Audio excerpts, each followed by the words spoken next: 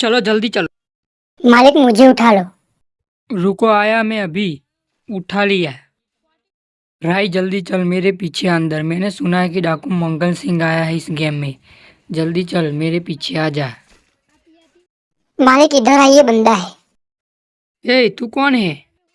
मैं डाकू मंगल सिंह का आदमी। मालिक मुझे लो, मैं उसे मार दूंगी।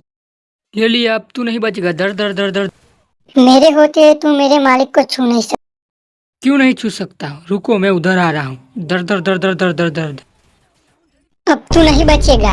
रुक, अभी मेरे गैंग का आदमी आ रहा है। बुला ले उसे भी। जल्दी आ रहा है। उधर क्या कर रहा है? जल्दी आ।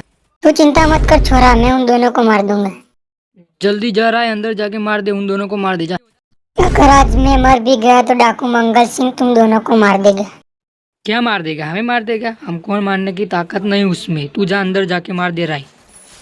चल यहाँ से निकलते हैं। यहाँ डाकू मंगल सिंह आ गए। मैं डाकू मंगल सिंह, मेरा बदला पूरा हुआ।